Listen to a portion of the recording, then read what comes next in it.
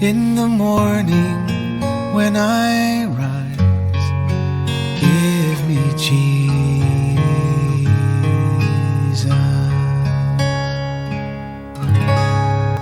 If we live by the Spirit, let us also walk by the Spirit. See, if you've been born again, your spirit man has come alive. And now God himself, by his Holy Spirit, is united to your spirit.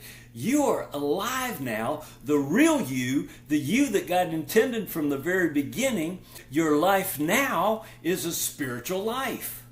And so, walk in the Spirit. Walk by the Spirit. Walk with an awareness of your real self united to Spirit God. That's how you walk by the Spirit. Today we start chapter 6.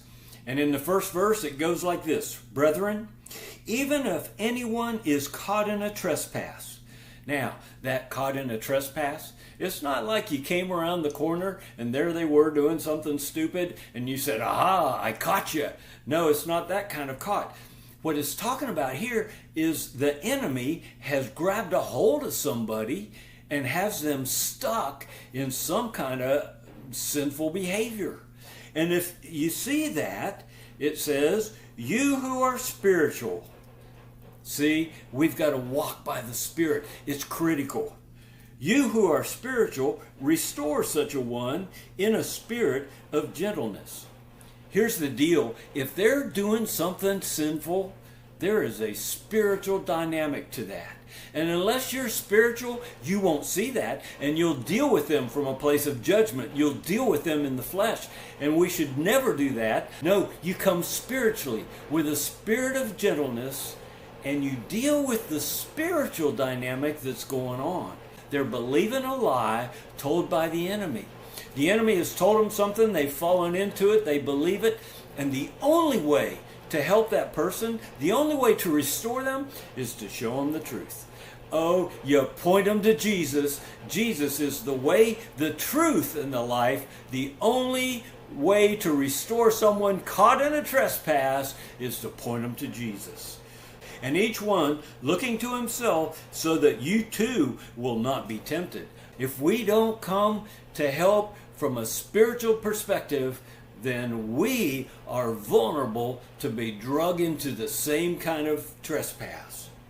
Verse 2, bear one another's burdens and thereby fulfill the law of Christ. You ache for the deception that they're stuck in so that you can help them come into the truth and get free from that thing.